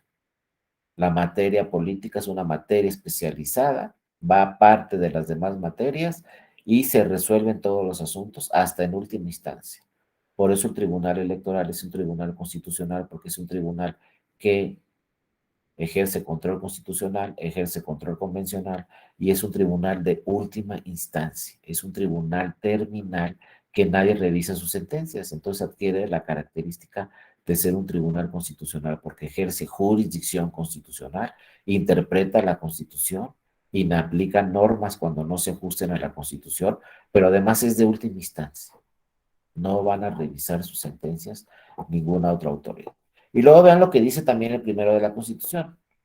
Las normas relativas a los derechos humanos se interpretarán de conformidad con esta Constitución y con los tratados internacionales también, favoreciendo en todo el tiempo la protección más amplia. ¿Qué quiere decir eso? Que todos los tribunales, en caso de duda, deben de proteger el derecho humano de esa persona. Siempre hay que proteger el derecho político en los tribunales electorales, hay que buscar la protección que de una mejor manera proteja ese derecho político. Si tengo dudas sobre proteger ese derecho político o no, nos dice la Constitución, vete a la protección más amplia, protege el derecho, no lo restrinjas. Siempre en todos los casos la interpretación de los tribunales electorales debe ser en el sentido de proteger ese derecho político y no de restringirlo. Y nos los dice la Constitución, fíjense, no hay que ir a ningún otro criterio ni nada, nos los dice directamente la Constitución. Pero aquí viene la sorpresa también cuando se aprobó este primero de la Constitución en el 2011. No dice los tribunales, fíjense, dice todas las autoridades en el ámbito de sus competencias tienen la obligación de promover, respetar, proteger y garantizar los derechos humanos de conformidad con los principios tales. Entonces nos dice todas las autoridades. Entonces, si soy instituto estatal electoral, también debo de proteger derechos humanos y hacer la interpretación más amplia. Si soy el INE, también debo de proteger derechos políticos y darles la protección más amplia. Porque la Constitución no dice la Suprema Corte y el Tribunal Electoral. No, esos son en última instancia. Pero la Constitución nos dice todas las autoridades deben buscar una protección de derechos humanos, en este caso una protección de derechos políticos. Entonces ahí está. No puedo decir, yo soy el INE, ¿sabes qué? No, pues que esa protección la dé el tribunal, que el asunto se vaya al tribunal. Yo soy el INE, soy autoridad administrativa. No, pues si eres el INE, también tienes que proteger derechos humanos, en este caso, derechos políticos, porque la Constitución nos dice todas las autoridades. Claro, las más importantes siempre serán la Suprema Corte y el Tribunal Electoral, porque como lo estamos viendo, pues son los tribunales constitucionales, son de última instancia, pueden hacer interpretaciones diversas, son autoridades jurisdiccionales. Pero eso no es pretexto para que las demás autoridades no lo hagan en primera instancia, porque la Constitución nos dice todas las autoridades. Y luego algo muy importante aquí, ¿no? Fíjense, en el 2012, después de esta reforma del 2011, empezaron a crearse diversos conceptos por parte de la Sala Superior, pero que también sirven para la Suprema Corte de Justicia de la Nación y también se trabajan en la Suprema Corte de Justicia de la Nación. Se crearon estos tres conceptos por parte de estos tres tribunales, estos dos tribunales muy importantes, la Corte y el Tribunal Electoral. Primero, la figura de control de la constitucionalidad. ¿Qué quiere decir control de la constitucionalidad? Pues todo lo que hemos estado platicando. Debe haber autoridades en un país que controlen lo que dice la Constitución. ¿Qué quiere decir eso? Que protejan que todas las normas se ajusten a la Constitución. Eso es control de la constitucionalidad. Que todas las normas se ajusten a la Constitución. Y como yo les decía, al ejercer control de la constitucionalidad, automáticamente estamos ejerciendo control de la convencionalidad porque la Constitución nos dice también vigila que todas las normas se ajusten a los tratados internacionales. Entonces, cualquier autoridad, pero sobre todo la Suprema Corte y el Tribunal Electoral, ejercen control de constitucionalidad. Son tribunales que garantizan que se cumpla con lo que dice la Constitución. Ese es el primer concepto, control de la constitucionalidad, ¿no? Segundo, bloque de la constitucionalidad. ¿Eso qué quiere decir? Bueno, que como estos tribunales tienen que vigilar que todas las normas, todos los actos, todas las resoluciones se ajusten a la Constitución, pues emiten diversos criterios. Entonces, bloque de la constitucionalidad es revisar todos los criterios de todos estos tribunales. Van a formar el bloque, por ejemplo, bloque de la constitucionalidad que está en el bloque de la constitucionalidad. Lo que dice la Constitución forma parte del bloque. Lo que dicen los tratados internacionales forma parte del bloque de la constitucionalidad. Pero también hay que revisar la jurisprudencia de la Corte. ¿Cómo ha interpretado la Corte la Constitución y los tratados internacionales? Entonces, la jurisprudencia también forma parte del bloque de la constitucionalidad. La jurisprudencia de la Sala Superior también forma parte del bloque de la constitucionalidad. ¿Qué ha dicho el Tribunal Electoral sobre la Constitución? ¿Cómo la ha interpretado? ¿Qué ha dicho el Tribunal Electoral de diversos tratados internacionales? ¿Cómo los ha interpretado? También forma parte, entonces, la jurisprudencia del Tribunal Electoral. ¿Y qué otra qué otra figura forma parte del control del bloque de la constitucionalidad? La jurisprudencia de la Corte Interamericana de Derechos Humanos. Entonces, fíjense el enredo. Si yo voy a presentar una demanda ante la Corte, ante el Tribunal Electoral, que son tribunales constitucionales, tengo que revisar qué dice la Constitución en mi demanda. Tengo que revisar qué dicen los tratados internacionales. Tengo que revisar qué dice la jurisprudencia de la Corte. Tengo que revisar qué dice la jurisprudencia de la Sala Superior y tengo que revisar qué dice la jurisprudencia de la Corte Interamericana de Derechos Humanos. Todo eso tengo que revisar antes de la ley respectiva. Y les digo, yo cuando fui a la escuela, que no fue hace mucho, pero tampoco hace poquito, cuando fui a la escuela y en la Facultad de Derecho me enseñaron, oye, si tú quieres presentar una demanda, pues apréndete el Código Penal, oye, si quieres presentar una demanda, apréndete el Código Civil, oye, si quieres presentar una demanda, apréndete el Código Electoral. No, pues ya quedamos muy atrás. Ahora, si quiero presentar una demanda, primero tengo que revisar qué dice la Constitución, luego los tratados internacionales, luego qué dice la jurisprudencia de la Corte, qué dice la jurisprudencia del Tribunal y qué dice la jurisprudencia de la Corte Interamericana de Derechos Humanos. Después de revisar todo esto, entonces tengo que revisar qué dice la ley. Fíjense. Y si la ley es contraria a las normas constitucionales y a los tratados internacionales, entonces ya no voy a hacer valer la ley, voy a hacer valer solamente la Constitución y los tratados internacionales. Si la ley es conforme a estas normas del bloque de la constitucionalidad, entonces también hago valer la ley, o hago valer el reglamento del INE, o hago valer los lineamientos del INE, o hago valer los estatutos de un partido político. Pero si todo es conforme a la Constitución, las normas que yo advierta que no son conformes a la Constitución, pues ¿para qué las hago valer en una demanda? Y lo mismo, si estoy en un tribunal, pues a la hora de redactar una sentencia, lo primero que tiene que venir como fundamento en mi sentencia, pues es la Constitución y los tratados internacionales. Después la jurisprudencia de estos tribunales y después ya entonces la ley, si es conforme a todas estas normas.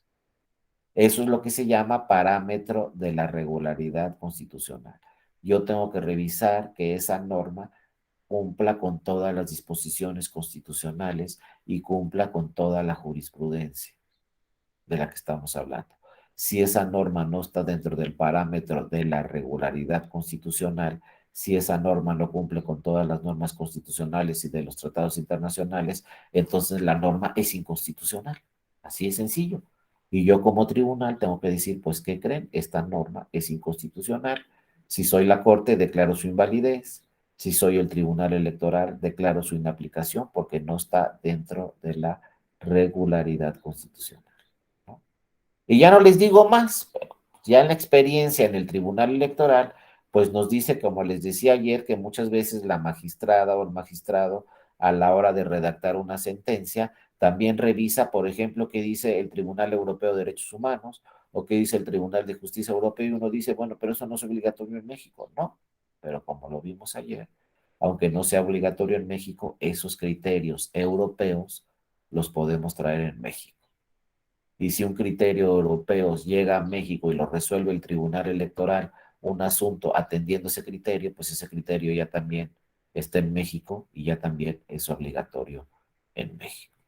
Entonces, en pocas palabras, hay que revisar todo el sistema jurídico para plantear una demanda y hay que revisar todo el sistema jurídico muchas veces también para resolver un asunto.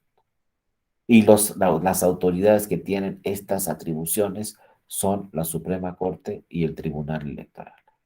Pueden revisar qué dice la Constitución, pueden revisar qué dicen los tratados internacionales, y si una norma no es contraria a estas disposiciones, pues va para atrás la norma, ¿no?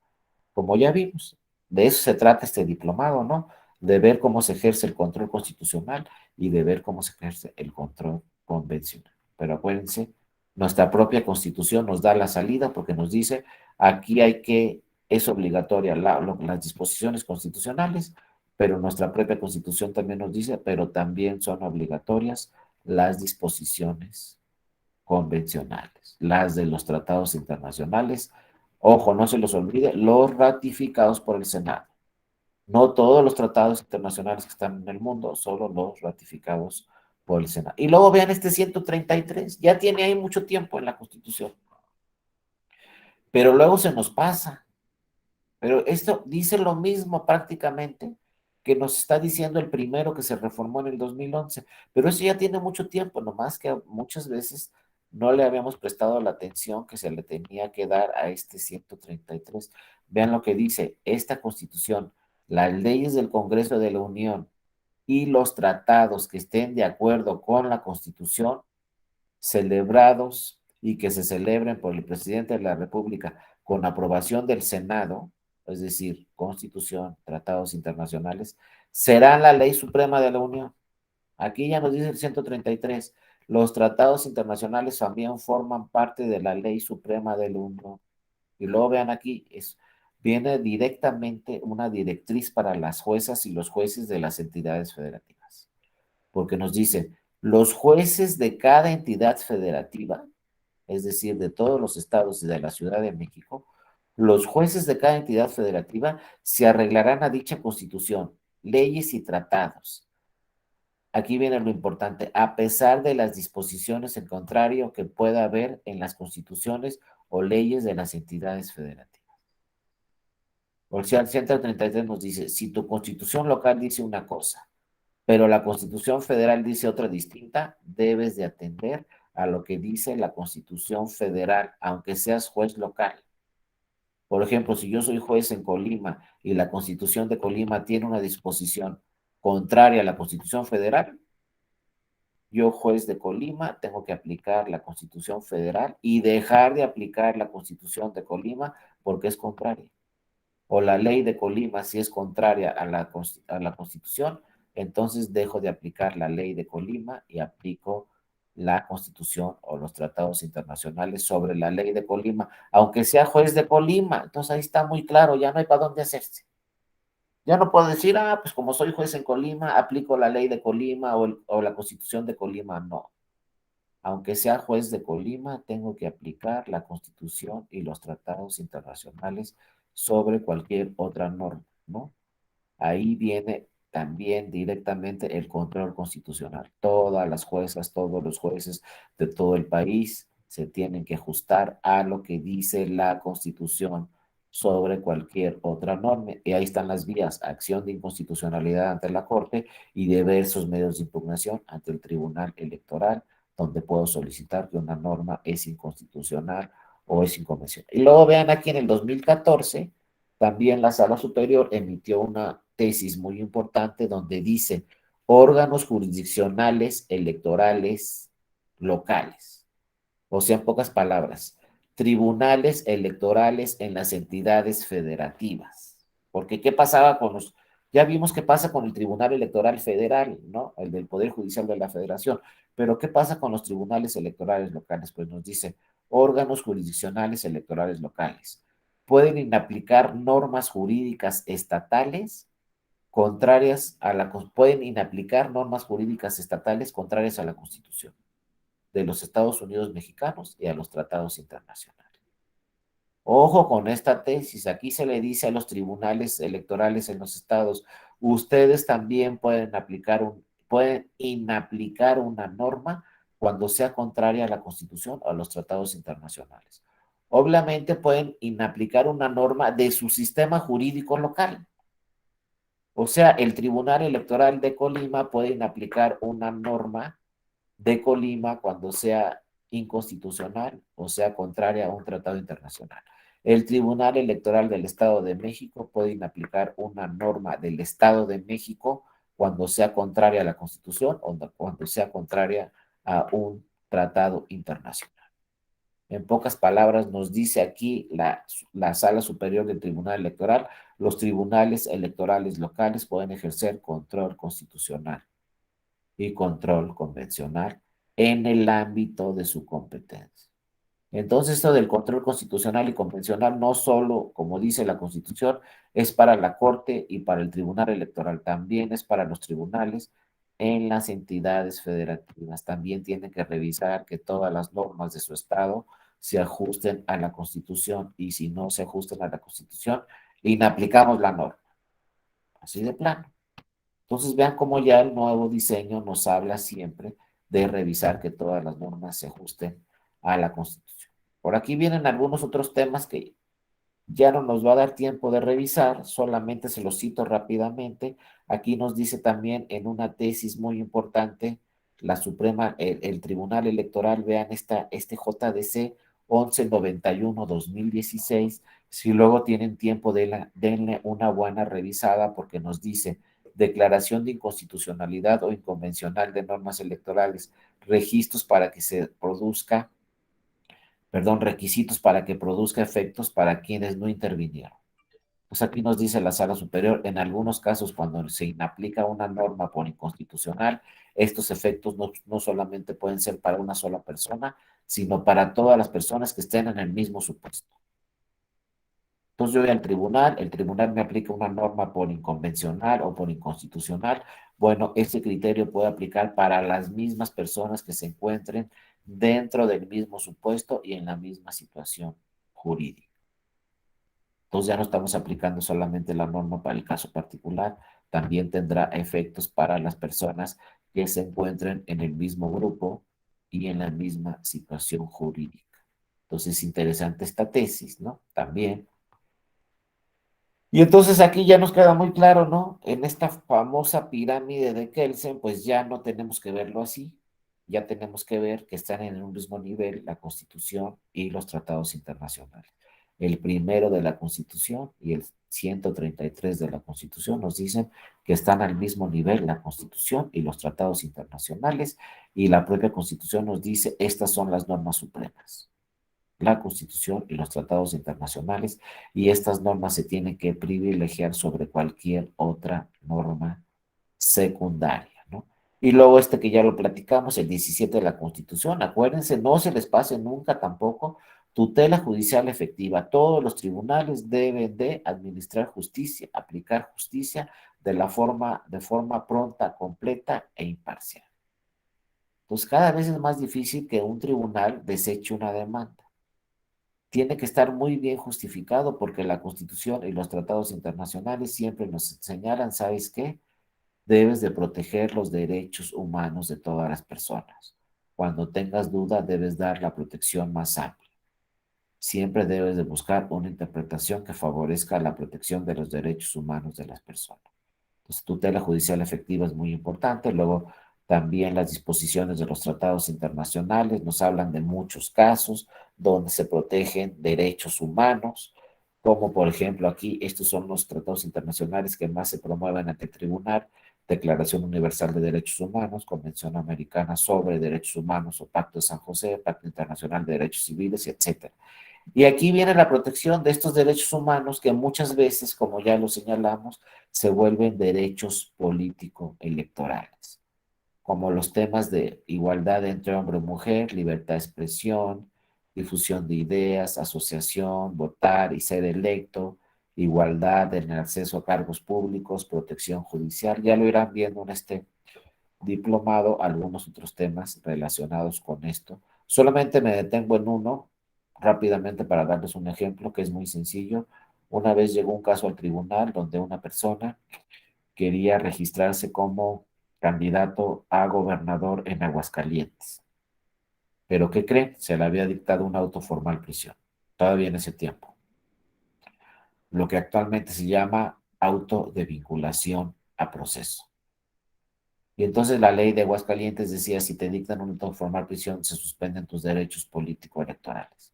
Entonces fue a registrarse al Instituto Electoral de Aguascalientes y el instituto le negó su registro y le dijo, es que tienes una autoformal prisión. Entonces fue a la sala electoral de Aguascalientes y se señaló, oye, ¿sabes qué? Me está negando registrarme como candidato a gobernador porque dicen que tengo una autoformal prisión. ¿Y qué dice la Constitución de Aguascalientes? Que si te dictan un auto de formal prisión o un auto de vinculación a proceso, se suspenden tus derechos. Entonces, en Aguascalientes se confirmó la resolución del instituto, pero se fueron a la sala superior. Y entonces le dijeron a la sala superior, oye, sala superior, se me están vulnerando tres derechos humanos, en este caso, tres derechos políticos, que me tienes que proteger, sala superior. ¿Cuáles se te están vulnerando? Uno, el derecho a ser votado. Dos, la presunción de inocencia. Tres, un debido proceso. Esa persona le dijo al tribunal, oye, un auto formal prisión o un auto de vinculación a proceso no quiere decir que soy culpable.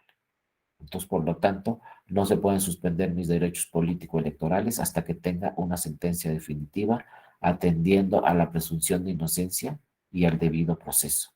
Y a mi derecho, obviamente, político a ser votado, a ser candidato. ¿Qué resolvió la sala superior? Efectivamente, tienes razón, mientras no obtengamos una sentencia definitiva, no se pueden suspender tus derechos políticos.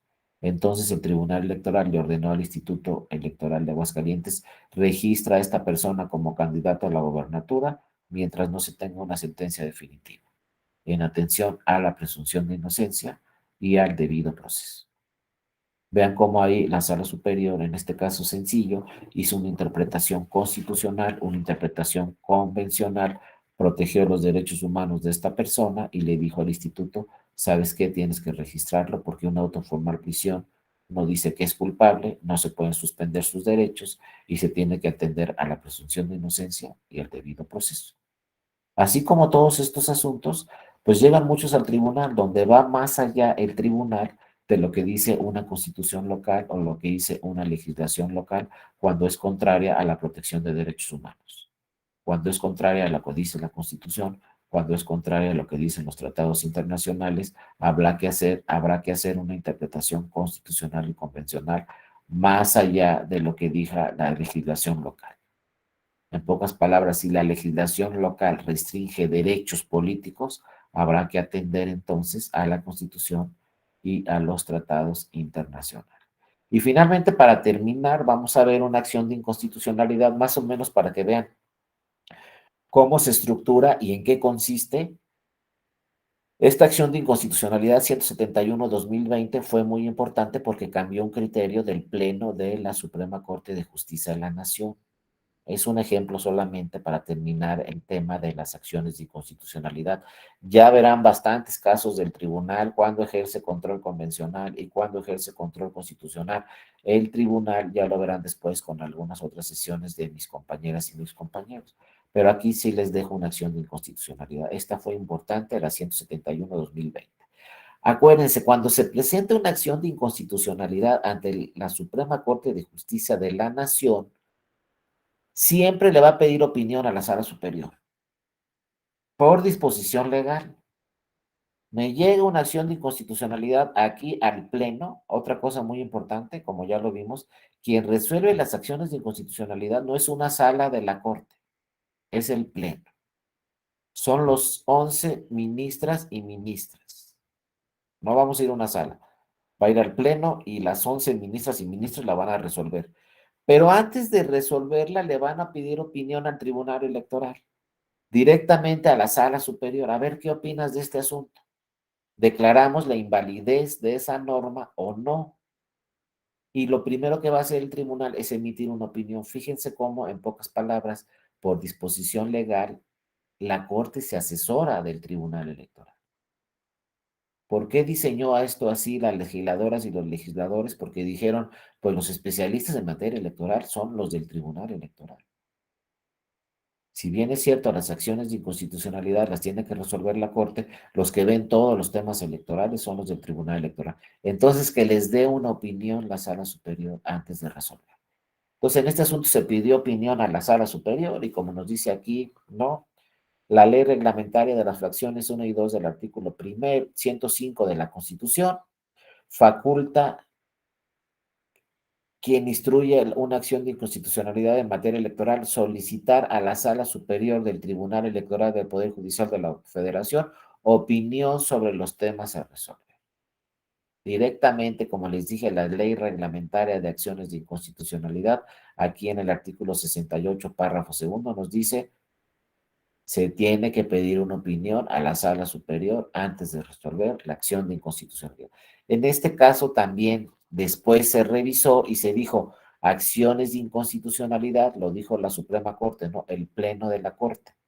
En materia electoral, no existe obligación del Pleno de la Suprema Corte para no pronunciarse sobre el contenido de la opinión. Es decir, no es vinculante, no es obligatorio lo que diga la sala superior para que así resuelva la Corte. Inclusive dice el Pleno de la Corte, no se tiene que pronunciar el Pleno de la Corte sobre la opinión de la Sala Superior cuando resuelva la acción de inconstitucionalidad, pero sí tiene que pedir la opinión y obviamente tiene que estudiarla y tiene que analizarla. Sobre este caso, ¿qué dijo la Sala Superior? Rápidamente les digo, les cuento el caso porque se nos está acabando el tiempo, pero realmente este caso se trataba de que, acuérdense que la Constitución nos dice y las legislaciones en las entidades federativas que no puede haber una reforma electoral 90 días antes de que inicie el proceso, el proceso electoral respectivo. Pues aquí, ¿qué pasó? Que en un estado, en el estado de San Luis Potosí, hubo una reforma electoral 90 días antes de que iniciara el proceso electoral. Es decir, en el Congreso de San Luis Potosí, las diputadas y los diputados del Congreso de San Luis Potosí dijeron, pues hay que hacer una reforma electoral, y hay que hacer una reforma electoral, y hay que hacer una reforma electoral. Tuvieron 3 años para hacer una reforma electoral antes de que faltaran 90 días y ya no se pudiera hacer, y de repente se dan cuenta y dicen, hijo, le faltan 90 días, no la hacen, falta menos, y dicen, vamos a hacerla. Y vean, la Constitución y las leyes dicen 90 días anteriores a la fecha del inicio del proceso electoral, no se puede hacer ninguna reforma electoral aquí a la ley electoral del Estado. Y aquí inicia el proceso electoral la primera semana de septiembre, entonces 3 meses antes de la primera semana de septiembre no se puede hacer ninguna reforma electoral. Pero ¿qué creen? La hicieron. Y entonces, ¿saben quién fue a la Corte vía acción de inconstitucionalidad? Un partido político local, ni siquiera nacional. Un partido político local impugnó esta reforma ante la Suprema Corte y fue a la Suprema Corte y le dijo, hoy aquí en mi estado de Aguascalientes, pues se aventaron una reforma 90 días después.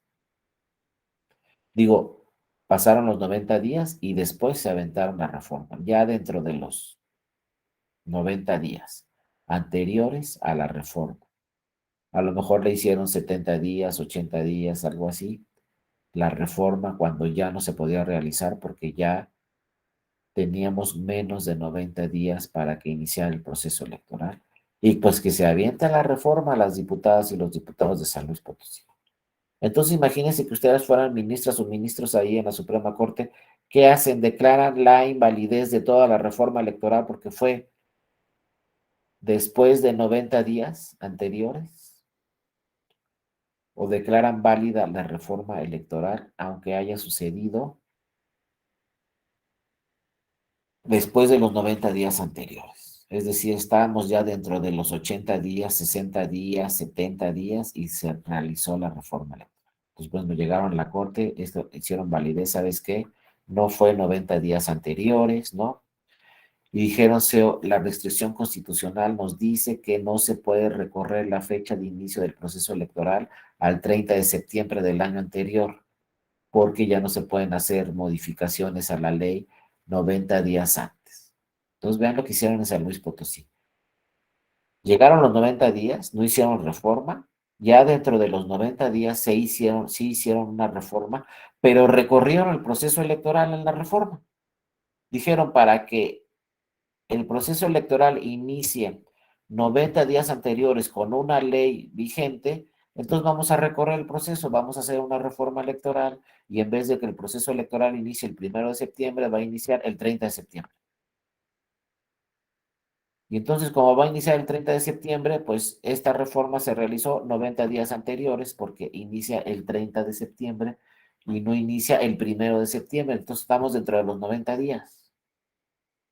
Entonces, realmente aquí el caso concreto era, se pueden hacer reformas 90 días anteriores a la elección, pero que la reforma aumente el plazo y ya estemos otra vez dentro de los 90 días.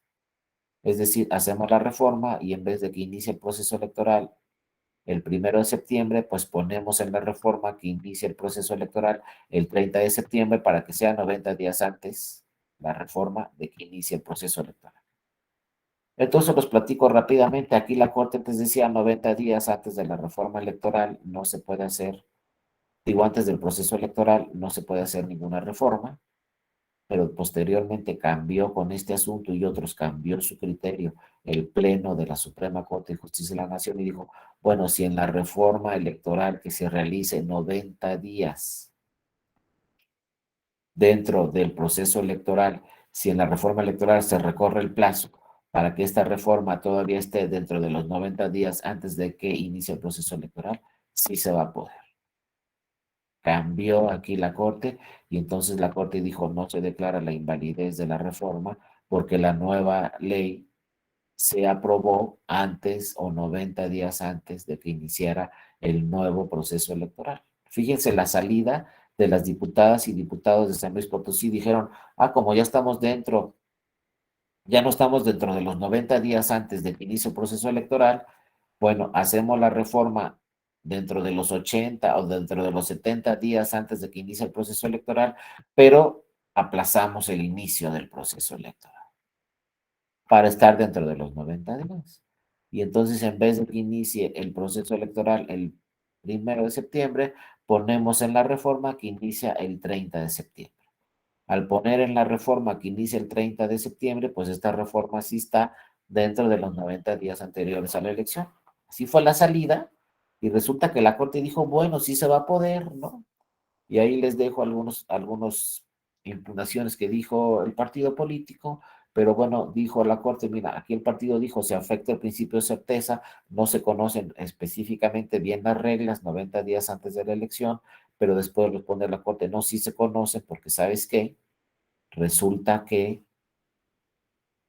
la elección se va a llevar a cabo no el 1 de septiembre, ahora se va a llevar a cabo el 30 de septiembre y como se va a llevar a cabo y va a iniciar el proceso electoral el 30 de septiembre, esta reforma se está llevando a cabo antes del 30, 90 días antes del 30 de septiembre. Pero sin embargo, vean cómo lo primero que revisa aquí el Pleno de la Suprema Corte de Justicia de la Nación es la opinión de la Sala Superior del Tribunal Electoral del Poder Judicial de la Federación. Ojo, en todas las acciones de inconstitucionalidad, si bien es cierto, es la única competencia que tiene el Pleno de la Corte en materia electoral, además de ser la única competencia, de cualquier forma participa el Tribunal Electoral cuando se resuelven las acciones de inconstitucionalidad, porque por ley la Suprema Corte le tiene que pedir su opinión al Tribunal Electoral sobre declarar la invalidez o no declarar la invalidez de una norma. Obviamente le puede hacer caso o no la Suprema Corte, ¿no? Como les decía, no es vinculante lo que diga la Sala Superior, pero sí es obligatorio que le pida la opinión y está obligada también la Sala Superior a darle la opinión a la Suprema Corte sobre algún tema electoral. Aquí en la opinión de la Sala Superior, pues se dijo que primero no se podrá modificar ninguna ley antes de los 90 días, pero luego dice la Sala Superior cómo se modificó la ley y se alargó el plazo para iniciar el proceso electoral. Bueno, la nueva ley se publicó 90 días antes de que inicie el proceso electoral, porque la nueva ley dice el proceso electoral inicia ahora el 30 de septiembre, entonces esta ley se está publicando 90 días antes de que inicie el proceso electoral. Vean la salida, ¿no? Fue muy hábil de las diputadas y diputados del San Luis Potosí, porque dicen, ya vencieron los 90 días. Ah, bueno, entonces lo que vamos a hacer es que la nueva ley, pues vamos a recorrer el proceso electoral. Y en vez de que inicie el 1 de septiembre, le vamos a poner en la nueva ley que el proceso electoral inicie el 30 de septiembre para que esta reforma sea dentro de los 90 días anteriores a que inicie el proceso. Y por ahí se fue, ¿no? Los argumentos de la Sala Superior fueron en ese sentido, que sí se podía realizar, ¿no? Porque obviamente se publicó esta reforma electoral nueva antes de que comenzara la veda legislativa para reformar la ley, porque esta nueva ley electoral, pues nos dice el proceso electoral inicia el 30 de septiembre, entonces la publicación de la nueva ley electoral fue 90 días antes de que iniciara el proceso electoral. Por lo tanto, no había veda legislativa para hacer esta reforma. Esa fue la salida, ¿no? No me da tiempo, entonces recorro el proceso electoral, que no sea el primero, que sea el 30 de septiembre, por lo tanto, al poner en la nueva ley que el proceso electoral inicia el 30 de septiembre, pues sí me va a dar tiempo. Pero ojo, no se les olvide, ¿no? En todas las acciones de inconstitucionalidad, se le solicita opinión a la sala superior de ese asunto para a ver qué opina la sala superior.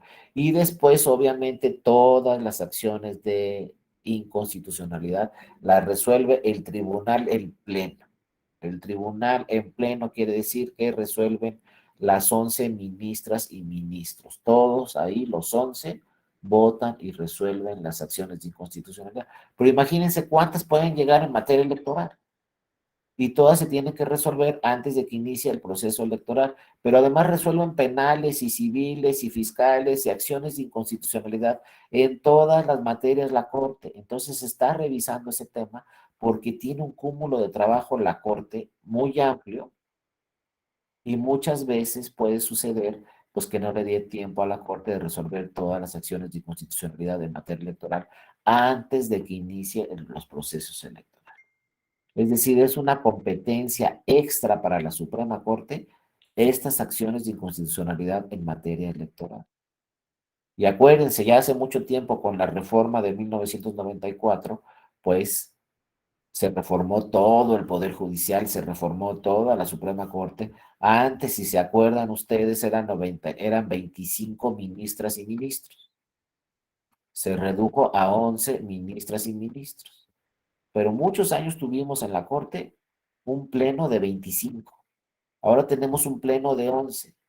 Y además se le agregó posteriormente en el 96 esta atribución electoral a la Suprema Corte que no la tenía nadie. Antes no existían acciones de inconstitucionalidad, antes no existían menos acciones de inconstitucionalidad en materia electoral. Entonces ahora tienen menos ministras y ministros y tienen que resolver acciones de inconstitucionalidad y además agreguen acciones de inconstitucionalidad en materia electoral que tienen plazos para resolver. Acuérdense, la materia electoral es la única materia que hay plazos para resolver. No nos podemos esperar. En civil sí, en penal sí, hasta en fiscal sí, no hay plazos para resolver. Pero en materia electoral sí hay plazos para resolver. Aquí si la Corte no resuelve las acciones de inconstitucionalidad antes de que empiece el proceso electoral, pues ya iniciado, se perdería certeza si se resuelve. Aquí simple y sencillamente, en este caso que se los dejo ahí en la presentación, dice el tribunal, ¿no? Dice la Suprema Corte. Este tribunal pleno considera infundados estos argumentos, los del partido político. Por un lado, porque el decreto 680, es decir, la reforma electoral en San Luis Potosí, no contravino la veda legislativa electoral establecida por el artículo 105 constitucional. Por otro lado, no es cierto que para que este momento ya haya comenzado el proceso electoral en San Luis Potosí, les dice, no es cierto que ya empezó el proceso electoral porque en la nueva reforma dice que el proceso electoral inicia el 30 de septiembre. Por lo tanto, no se actualiza el problema, no hay ningún problema, se resolvió, se realizó esta reforma antes de 90 días antes de que iniciara el proceso electoral. Y entonces así contesta, ¿no? El tribunal pleno. Tribunal pleno, pues quiere decir los 11 ministros. Aquí sí fue por unanimidad, consideran infundados y ahí se explica más o menos todo lo que ya se los dije rápidamente. Total, que la nueva reforma dice que el proceso electoral inicia el 30 de septiembre y por lo tanto esta nueva reforma se está realizando 90 días antes de la elección. Así, el nuevo criterio adoptado fue que la fecha de inicio del proceso electoral es la fecha que tiene que atenderse para saber si se está realizando una reforma 90 días antes o no. La fecha que venga en la nueva ley, no la fecha que viene en la ley anterior para que inicie el proceso. Entonces fue este asunto, ¿no? Donde primero tenía un criterio el Pleno de la Corte, como vemos este 64-2001, y luego cambió el criterio resolviendo estas acciones de inconstitucionalidad. Porque antes se decía que aunque se tuviera una reforma electoral posterior, tenía que respetarse el plazo de la primera ley y lo que decía la primera ley para que iniciara el proceso electoral tenía que respetarse. Posteriormente cambió el criterio de la Corte y dice, bueno, si en la nueva reforma hay un nuevo plazo para que inicie el proceso electoral, hay una nueva fecha, debe atenderse a la nueva fecha. Por eso les traje este ejemplo, ¿no? Porque aquí es donde de alguna forma cambia de criterio el Pleno de la Suprema Corte de Justicia de la Nación y dice, bueno, si en la nueva reforma en la nueva ley hay un nuevo plazo, debe atenderse al nuevo plazo de la nueva ley y no al plazo de la ley anterior. Y bueno, ahí queda el antecedente. Hay otras también, hay otras acciones de inconstitucionalidad muy interesantes. Vale la pena que le den por ahí una buscada a las acciones de inconstitucionalidad en materia electoral. Hay temas muy interesantes. Hay temas que ahorita muchas legislaciones en las entidades federativas están regulando temas, por ejemplo, de la equidad en la contienda, temas de paridad de género. Hay por ahí algún estado que ya está regulando, por ejemplo, que si en estas elecciones se va a registrar candidato a gobernador y gana un gobernador hombre para la siguiente elección a gobernador, pues todas tienen que ser candidatas mujeres. O sea, se está hablando ya en algunas legislaciones de la alternancia. Si en mi estado gana un gobernador hombre, pues para la siguiente elección de gobernador tiene que registrarse puras candidatas mujeres, porque debe haber alternancia. Si tenemos gobernador, luego tenemos que tener gobernadora, luego tenemos que tener gobernador, luego tenemos que tener gobernadora. Esos casos están llegando actualmente a la Suprema Corte. Habrá que ver cómo lo resuelve la Suprema Corte, entre otros muy interesantes que están llegando. Ya veremos qué resuelve la Corte. Y después, obviamente, qué dice el tribunal ya durante el proceso electoral. Porque acuérdense, primero resuelve la Corte acciones de inconstitucionalidad y luego esos mismos asuntos pueden llegar al tribunal ya durante el proceso electoral. Entonces hay que tener mucho cuidado. También siempre el Tribunal Electoral revisa qué dice la Corte para cuando lleguen asuntos similares al Tribunal Electoral, pues sean armónicos los criterios de la Corte con los del Tribunal Electoral. Porque también se han dado casos donde en una acción de inconstitucionalidad dice un criterio la Corte y luego llega el caso al tribunal y dice otro criterio el tribunal ya durante el proceso electoral. ¿Qué sucede en estos casos? ¿No? Ya con eso concluimos, cuando hay una contradicción de tesis, porque el tribunal dice una cosa y la Corte dice otra cosa distinta, esas contradicciones de tesis las resuelve también el Pleno de la Corte. Y el Pleno de la Corte dice, aquí tiene razón la Sala Superior o aquí tiene razón la Suprema Corte. Y cuando resuelve esa contradicción de tesis la Suprema Corte, pues quedará ahí, ¿no? Ese nuevo criterio que resuelve el Pleno de la Corte. Y muchos dicen, bueno, pues cuando hay entre contradicción entre la Corte y el Tribunal Electoral, pues la Corte va a resolver a su favor, ¿no? Hay muchos casos donde la Corte le da la razón al Tribunal Electoral y no le da razón, por ejemplo, a alguna sala de la Suprema Corte. Por ejemplo, este caso que les platicaba de una autoformal prisión. Había una sala de la Suprema Corte que decía, pues con una autoformal prisión se suspenden los derechos político-electorales de la persona.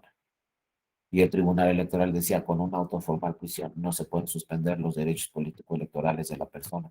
Necesitamos una sentencia definitiva. Entonces teníamos la tesis de la sala de la Corte y la tesis de la sala superior eran contradictorias. Cuando tenemos esa contradicción de tesis, será el Pleno de la Corte el que resuelva. Y en ese caso, el Pleno de la Corte señaló una autoformal prisión no suspende los derechos político-electorales, como dice la Sala Superior. Se necesita una sentencia definitiva.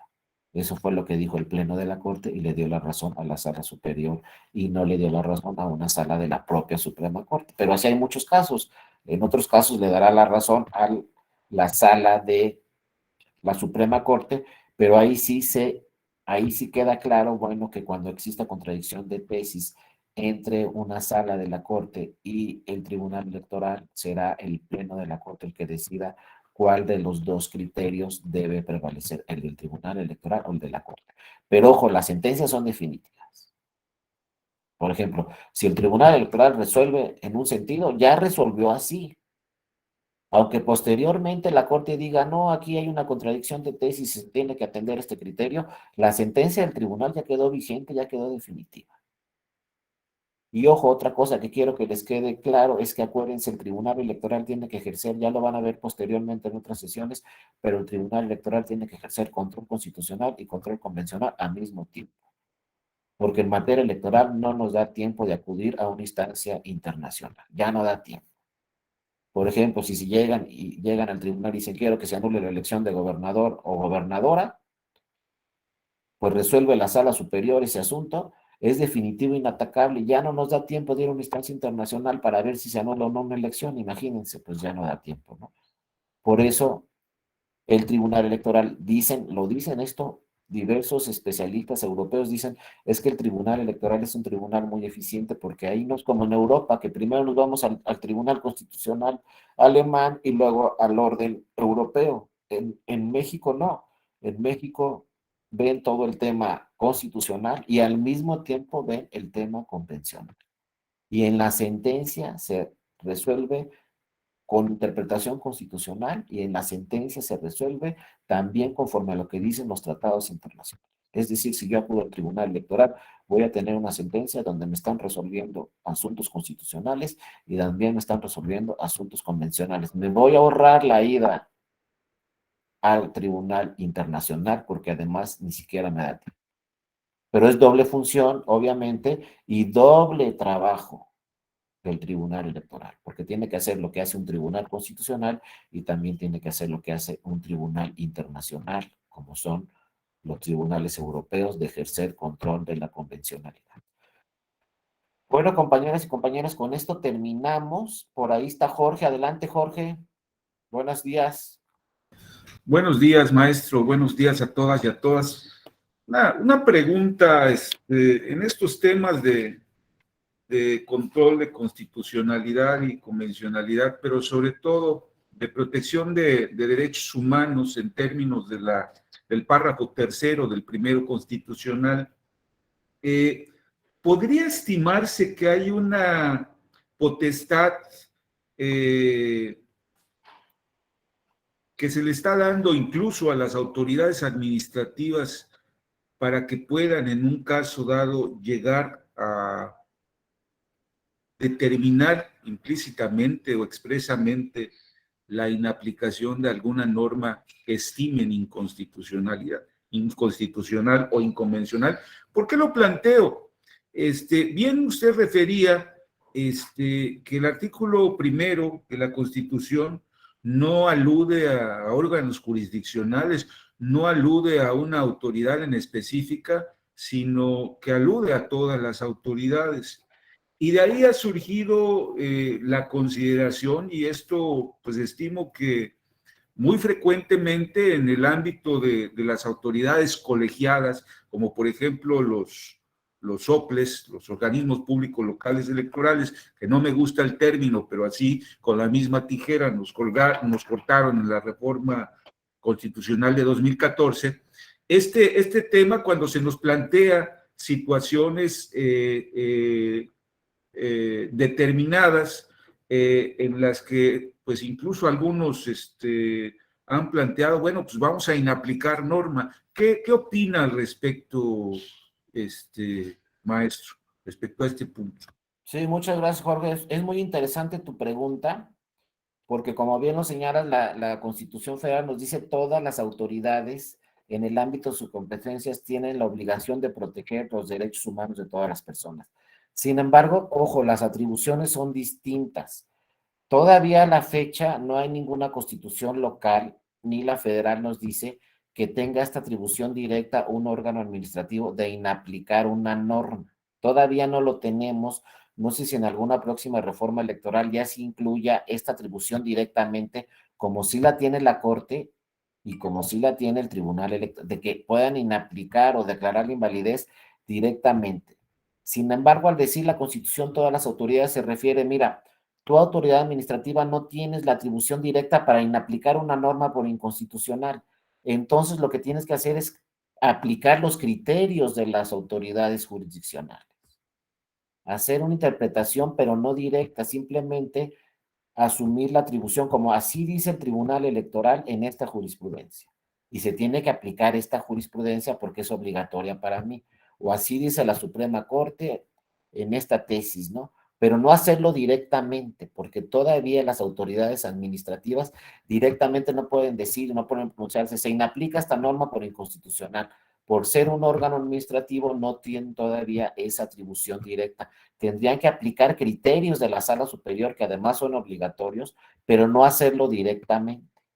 Porque, es decir, aplicar la jurisprudencia, pero no yo decir directamente como autoridad administrativa, yo voy a aplicar la norma porque todavía no está esa atribución directa, pero sí aplicar la jurisprudencia de los tribunales electorales, en este caso de la sala superior, ¿no? Muchas gracias, Jorge, pero habrá que debatir ese tema porque es muy debatible a ver si en una próxima reforma se le diera o se le pudiera ya dar atribuciones directas a la autoridad administrativa para también inaplicar normas, en este caso, ¿no? Como dice para la sala superior, al caso concreto. Mientras tanto, habrá que esperar y aplicar solamente pues la jurisprudencia de alguna forma, pero no hacerlo directamente como autoridad administrativa. Gracias, Jorge, de todos modos. Si adelante por ahí hay otra participación, no alcancé a ver en alguien más quería participar, no alcancé a ver ahí. Ah, Roberto dicen, en el caso de acciones afirmativas. Ah, bueno, Roberto.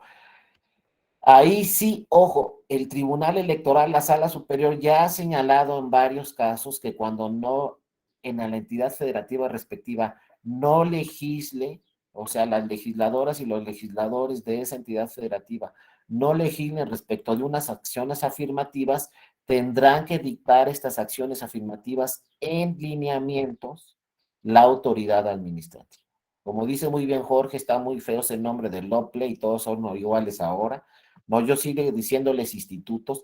El Instituto Estatal lineamientos si no hay acciones afirmativas por parte del legislador en esa entidad federativa. Y ya lo ha dicho en varias sentencias también la Sala Superior. Y si no dicta lineamientos el OPLE, entonces tendrá que ser el Tribunal Electoral local el que dicte los lineamientos y si no tendrá que ser, pues, llegar al tribunal el asunto hasta la Sala Superior. Pero por lo general, actualmente ya los institutos estatales electorales están dictando lineamientos directamente cuando no haya legislado el Congreso del Estado, que en realidad el obligado es el Congreso del Estado a legislar sobre acciones afirmativas. Pero si el Congreso del Estado no legisla sobre acciones afirmativas, tendrá que hacerlo el Instituto Estatal Electoral vía lineamientos, pero es un tema diferente al que toca Jorge. Aquí no estamos hablando de la inconstitucionalidad o la inconstitucionalidad de una norma. Aquí estamos hablando de la omisión legislativa.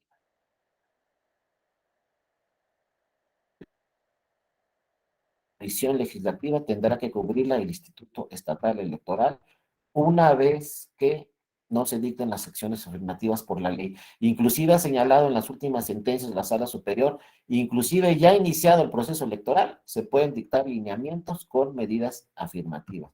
Ya ha iniciado el proceso electoral en esa entidad federativa. No sé si alguna otra compañera, algún otro compañero quisiera participar. Si no, de veras, no se les olvide, ¿no? Aquí está mi correo electrónico, dario.mora@te.gov.mx. Cualquier otra duda o si quieren esta presentación, de verdad escríbanme correo electrónico. Aquí está mi Twitter también, Darío Mora J, con mayúsculas las iniciales. Ahí estoy a sus órdenes en cualquier momento, se pueden comunicar conmigo. Cualquier tema que requieran sobre la materia electoral, pues con todo gusto estamos ahí a sus órdenes en la Escuela Judicial Electoral. Yo estoy seguro que nos vamos a encontrar seguramente en otra sesión.